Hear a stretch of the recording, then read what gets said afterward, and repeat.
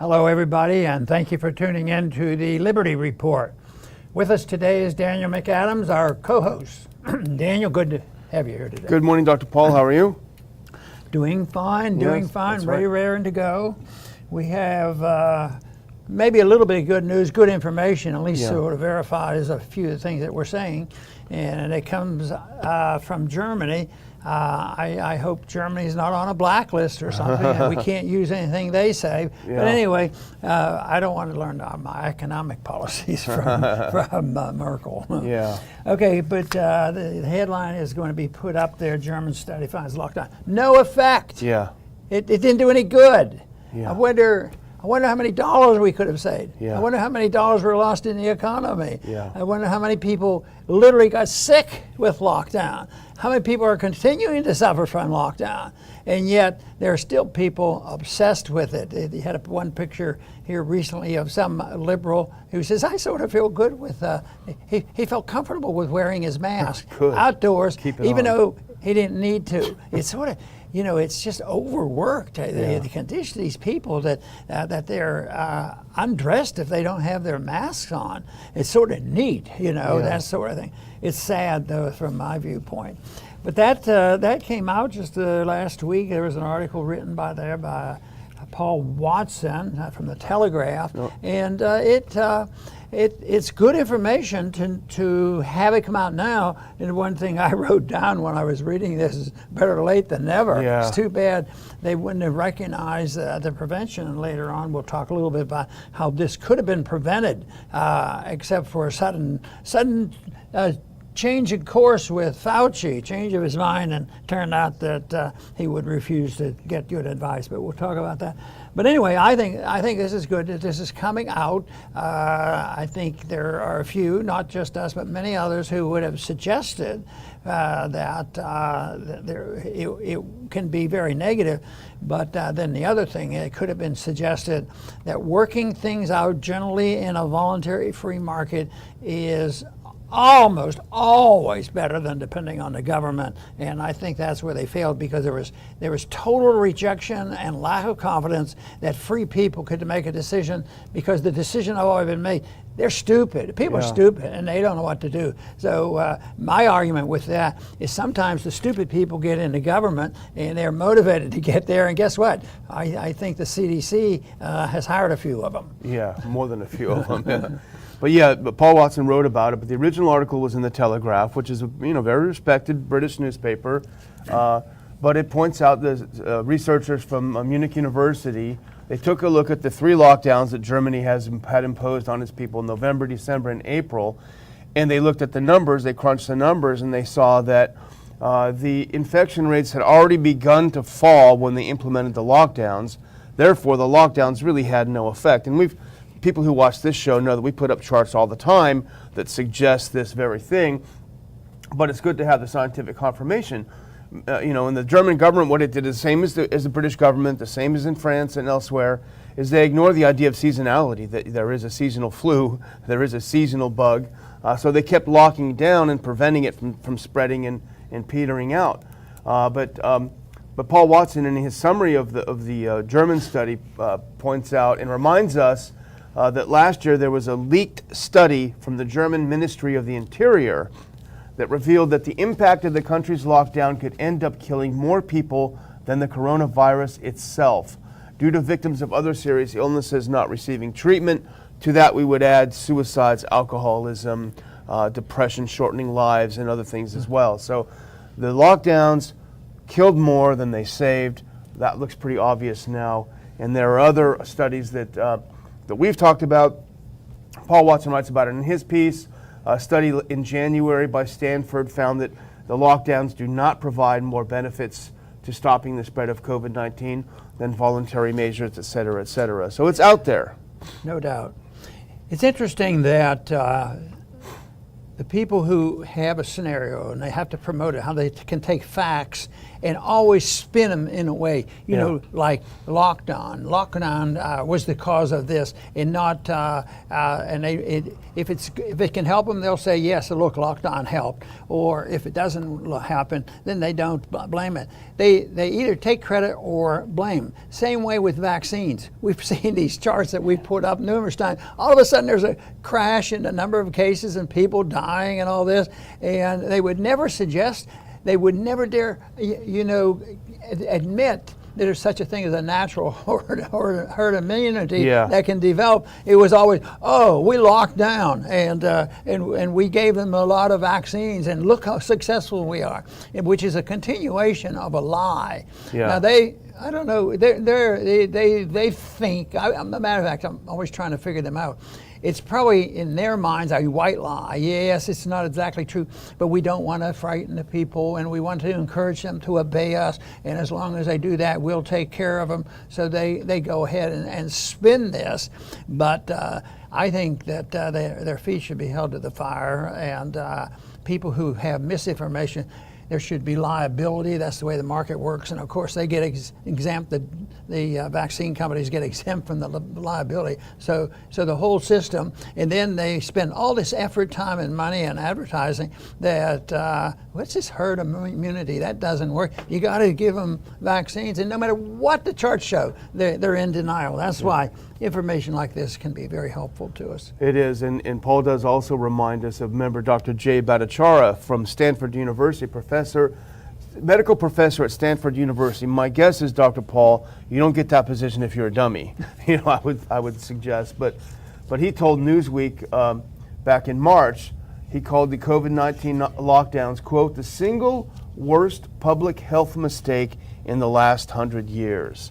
So I think the question we have now is really, when is justice going to be done for the people who did this? And I think Macron in France, I don't know if you saw this, Dr. Paul, he got a little bit of justice himself. Not that I endorse violence, because obviously there's never a call for violence, but he went down and met with some village people in a village in France. He was getting ready to announce, I'm going to open it up, I'm going to let you guys have your freedom back. And he went up to a guy to shake his hand, and the guy slapped him in the face. So not a good thing to slap people, especially not heads of state, but it does show the level of anger and frustration about people having their freedoms attacked and taken away. That's an example of natural therapy. Yeah. That guy was having some therapy. So I wanted to go on, if you don't have anything more on that. I wanted to talk about our friend Jeff Tucker, who brought attention to an article and it's entitled "The Day Anthony Fauci Rejected Excellent Advice." Yeah. Of course, we've known about this advice. We cheered him on. We tried to promote the advice. It's been around, but now Jeff came across an article that was sent to Fauci, and it's not that Jeff had all the answers, but it was just of interest, because the information was there, but there was a little uncertainty about exactly who might have written this very important letter. But that information was available, from other people during that time, and that. But that's been commonplace. But I think Jeff makes the point that there was a switch. Yeah, that's the thing. Almost a switch that Fauci, we see him as ambivalent, back and forth, which he became that way. So he was trying to cover both bases. But Jeff's emphasis is talking about the time when he was open to a reasonable discussion on this. Then all of a sudden something happened. Who got to him? That's your question to answer. It is a good question. I'm glad that Jeff did this. He's pouring through the emails, and there's a lot of stuff, and I think there's 3,000 pages. He's pouring through, but a couple of the points that Jeff Tucker made is that until about February 20th, Fauci seemed pretty rational about COVID. His advice kind of went along with how we dealt with these things in the past, nothing unusual. Then on March 10th, he appeared before Congress, and he mixed up, if that's the case. Hopefully it was a mix-up. But remember, we talked about this on the show, Dr. Paul. He mixed up the infection mortality with the case mortality rate, which made COVID seem about 100 or 1,000 times, depending on how you do it, more deadly than it was. So people were looking at millions and millions of people dying in March 10th, and that's what set the whole thing in motion, the lockdowns, the masks, social distancing. And hopefully it was a mistake. Who knows what it was? But then Tucker goes through the emails that were released by FOIA and found this email to Fauci on March 14th, 2020. And this is the day, as Jeff writes, the day after the Health and Human Services had privately released the U.S. government's lockdown order. So they were already planning on locking down. And this guy wrote a letter, and we could put up actually that next clip, because I pulled a couple of things out of the letter. It's probably too much to read. But this is from the individual who's written to Fauci about it. Michael Betts, his name is. He said, I want to convey an idea I had with regard to the coronavirus. It seems to me that trying to contain the virus, as we're doing at present, will be futile. Since the virus can be present for many days without a person having any symptoms, you would literally need to test everyone at the same time to determine who has it. An impossible task. And that is very important, because that's what the people who would kind of condense that thought to say the virus has got a virus. So the idea of trying to do this makes absolutely no sense. If we could just put it back up real quick. I just want to go through a couple of things in this note. If we can put that clip back up. So I have a different thought. We know the virus is especially, now this is March 14th, 2020, very early on, Dr. Paul. We know the virus is especially dangerous for the old and or immunosuppressed. In my opinion, we should be focusing all of our efforts on keeping that group from becoming infected. Encourage them to self-isolate, limit their social contacts, et cetera, sort of a reverse quarantine idea. And let's click the next one if you can. All very good. He says, quarantining otherwise healthy people outside those groups who finally demonstrate symptoms like NBA players is ridiculous. They're likely to get the sniffles and also already have spread the virus, et cetera, et cetera. Let's go to the next one really quick. Of course, while this occurs, we are working on finding treatments and vaccine, but sending home workers who have next to no likelihood of being significantly impacted by this virus is ridiculous. The letter makes so much sense. Maybe Fauci doesn't read his email, although he did respond to the email. I think he said something like, thanks for sharing or something. But that lays out everything that eventually became the Great Barrington Declaration. And Jeff touches on this in his conclusion. And I want to just read a sentence from that. He says, what we discovered from these emails is that Fauci was not in the dark. Yeah. He just chose to ignore what people were saying. Later that year, when the Great Barrington Declaration came out, which more or less said the same thing as the above letter, Fauci completely dismissed it. He quotes, quite frankly, that, I guess this comes from Fauci, quite frankly, that is nonsense, and anybody who knows anything about epidemiology will tell you that this is nonsense and very dangerous. It's amazing, amazing. Schizophrenic. Oh, that's a dangerous term to use, but his thoughts are schizophrenic in that he's all over the place and they're unreal. They break with reality. If he wants to take a position that's completely wrong and fits an agenda, but this whole thing about, being two people at different times, and I think before it's all over, he'll be another person trying to explain himself. But there was one other conclusion that he makes I think is interesting, and that is talking about the emails, and you talked a little bit about it. Who's liable? Who's responsible? Are they going to pay the price? And Jeff's wondering the same thing. These emails are just beginning. That's good. He'll keep reading these. Yeah. He admitted he can't read them all. Yeah. The redactions alone, especially as they pertain to Fauci's correspondence with Mark Zuckerberg of Facebook, cry out for investigation. Boy, this is a hard one for a lot of people. A lot of libertarians struggle with it. I've gone back and forth with it. But Mark Zuckerberg is not a libertarian free market person that follows the non-aggression principle. He's an agent of the government, from my viewpoint. So he says these questions are not going to go away on how much the Biden administration wishes they would.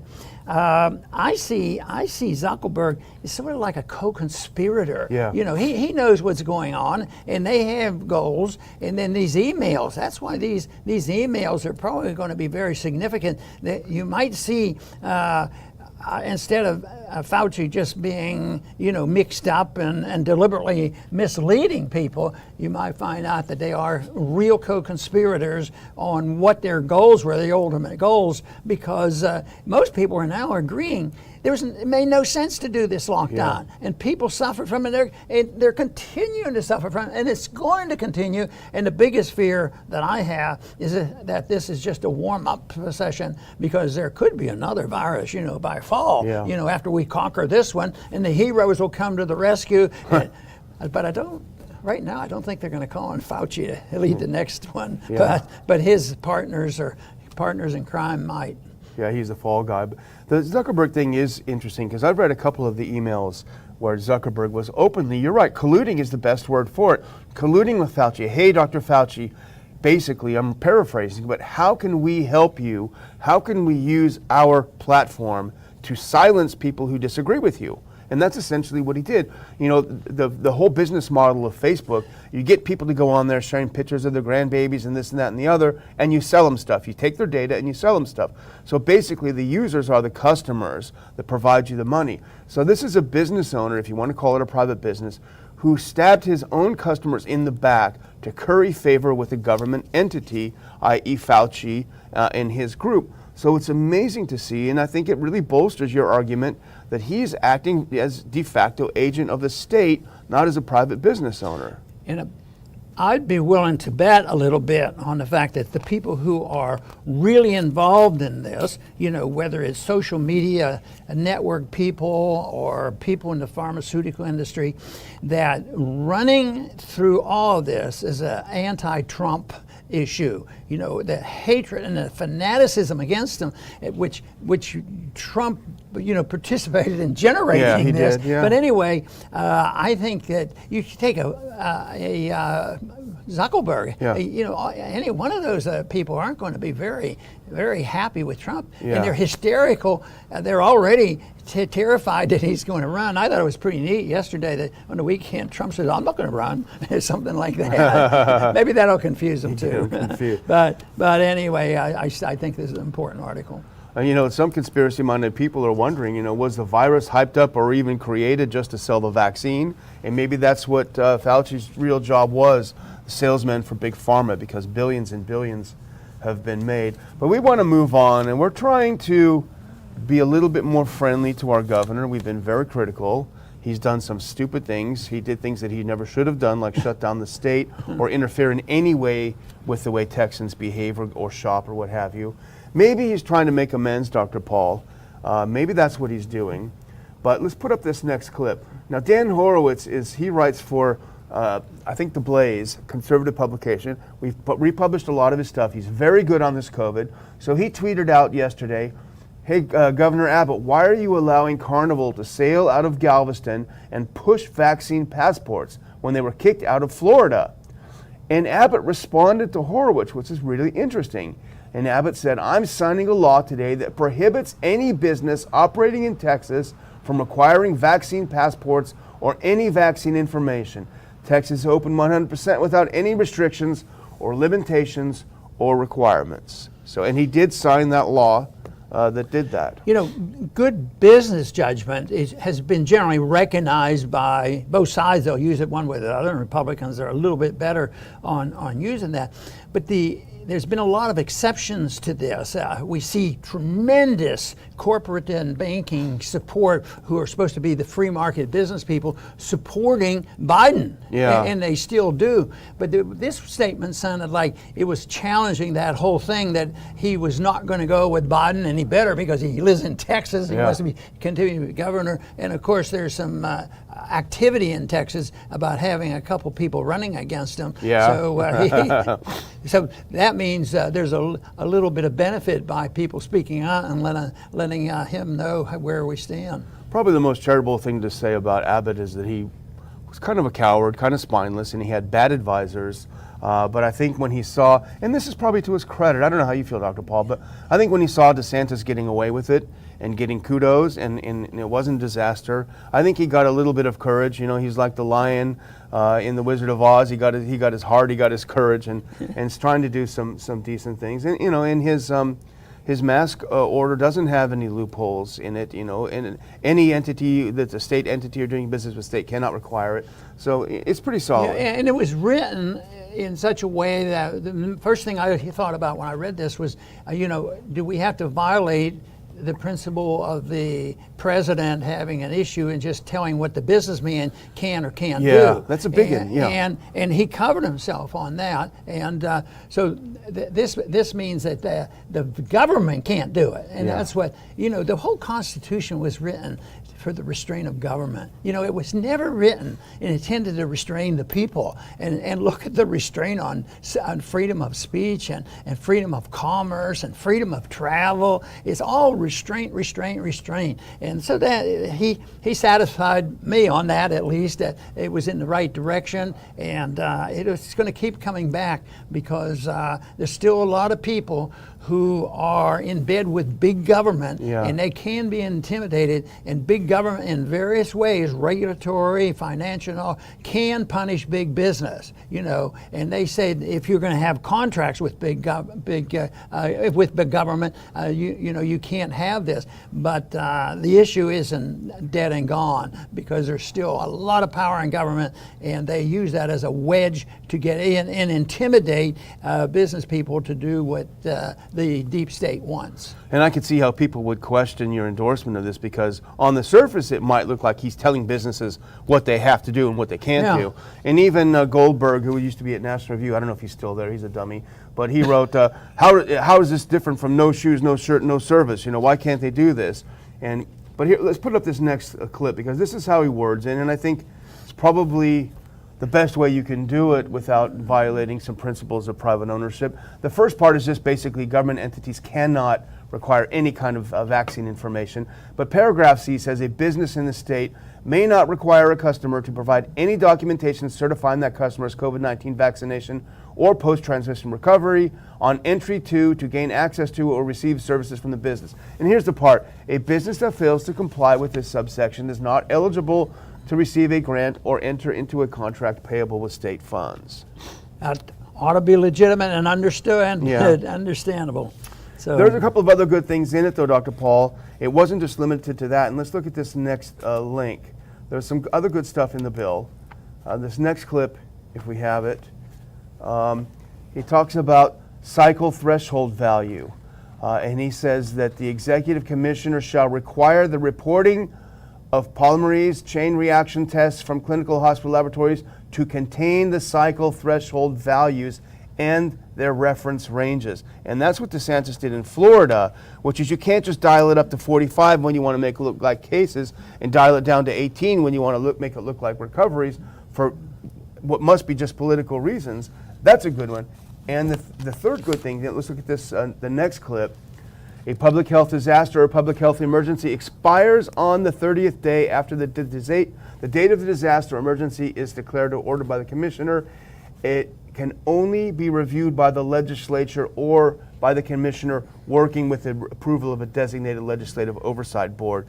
That's pretty decent too, because the real problem is we've seen these endless states of emergency. California, for example, and Michigan, endless, and we had the same problem in Texas. It's probably an okay fix for that. And what it's going to depend on is how the people react. If they roll over, believe me, there's somebody else to jump up and do it again.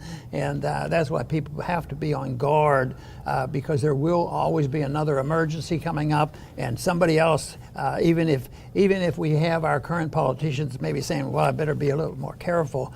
But I think there's been some healthy things going on politically, that the issues that we disapprove of the most are being used in campaigns, and there's a lot of people, I think, sick and tired of it. I thought it was interesting in McAllen, Texas, they elected a Republican. And I live here in Texas, and I've been in South Texas, and that would have been unheard of. And it had a lot, well, not a lot, the immigration issue was it, you know. So anyway, there's a limit to what the people will put up with, but there's no limit on the government what they might do to compete with them. And that's what we have to do. Well, you have a story from the annals of the cultural Marxism. Yeah, and this is interesting. This comes from, it was on Zero Hedge, but it came originally from Jonathan Turley, our friend. And the title is Malicious Communications. Scottish feminists criminally charged for tweets opposing gender self-identification. You know, a few years ago, people said, what in thunder are they talking about? Boy, this is important now, because, you know, there was one place, it used to be they'd have 2 genders, but then it became 3 or 4. Yeah. And now some people argue there are hundreds. Yeah. Whatever they say they are, that's what they are, and they demand equal rights, you know, this sort of thing. But anyway, Millar, who was complaining about this, is a transgender person herself, but she finally had enough of it, and she had a statement. She says, they accused her, the writer is accused of being a TERF, a trans exclusionary radical feminist, by critics due to her opposition. This is the crime: opposition to allowing males to declare themselves to be females. She could now face 2 years in jail. And I would have added, declare themselves to be females so that they can win all track races. Yeah, yeah. You know, that's weightlifting, but boxing. there is she's a feminist, and she understands that there should be a limit on it. But all it has done so far is expand the population, and having all kinds of groups thinking, oh, this is how you get special attention. And but some of that stuff is outrageous, and that's why I think news like this is important. And like you said before the show, as libertarians, we don't care what people declare themselves. You could declare yourself a honeybee or a cow or a cloud, whatever, but the issue is the state's use of force.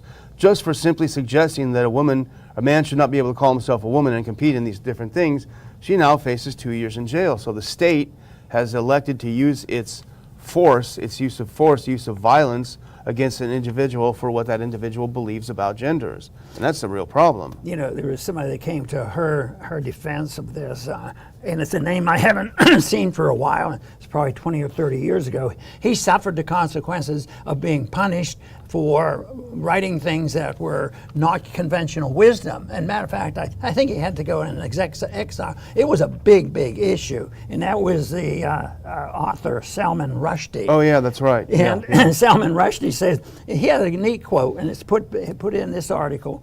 And it said, the quote regarding that Rushdie said, "Nobody has the right to not be offended." Yeah. And that is absolutely true. If you don't understand that, you don't understand the First Amendment. Yeah. The First Amendment is for controversy. Yeah. You know, so you can say controversial things, whether they're religious, political. There's a line drawn. You don't hurt people. And if you go too far and you slander and do something of that sort, but to disagree, and that's been happening ever since the founding of the country.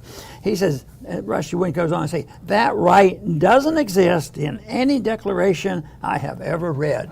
It's you know, sometimes truth can be simplistic and straight to the point, and I think he made it there. Yeah. Well, I'm going to close with a tweet from somebody we both know and we both respect. And it's a good news tweet. Let's put it up here, because there's a real fight going on about people who've had COVID, whether or not they must get the shot as well. And Senator Rand Paul says, great news. A Cleveland Clinic study of 52,238 employees shows unvaccinated people who have had COVID-19 have no difference in reinfection rate than the people who had COVID-19 and who took the vaccine. And that is true. I took a look at the study itself and just the conclusions. They basically, if you've had it and you got over it, you virtually have virtually zero chance of being reinfected. And so that's good news. That means you shouldn't feel forced unless you want to go ahead and put some more stuff in your body. That's fine. It's up to you. But you shouldn't feel forced or coerced. And I think that underscores the importance of what people like Abbott and DeSantis are doing with the vaccine passports. You know what's sort of sad is that you have to go through that. Yeah. I thought we lived in a free country. So he has to challenge the science, you know, or straighten out the science, because they come along and people are arguing the opposite. And if you check with the leaders of our scientific community, you go to Fauci, he says, oh no, and they have. It's been in the news that you could still get it and you can still spread it and all that nonsense. And Rand's on the right side of the political issue. If you believe in voluntarism and a free society, that shouldn't happen. That shouldn't happen where you have to, get permission or be forced, and you'd have to get permission to be excused, or you have to, threaten like they did on the lady that was, threatened with prison for not going along with the gender issue. So I'm very pleased with Rand staying on top of this, and I hope the country wakes up to find the foolishness. At the beginning, when somebody asked me something about Trump, and he was controversial and is controversial, I said that his greatest popularity from his first debate on was his willingness to speak to this crazy issue of political correctness. Yeah. He has to be the champion of political incorrectness ever. And according to a few people, including the people in this room probably, and also Rushdie, that you have a right to be politically incorrect if you don't hurt anybody. Exactly. No, that was my final. Okay, very good. Yeah. And I want to tell our viewers how much we appreciate you tuning into our program, and we are able to express our positive attitudes that when things are moving in our directions and are making good points, that we can do this. And I go back and forth. There are some days when I look at the half full, half empty issue, and I think, boy, how are we ever going to get out of this? But I still think the people are out there.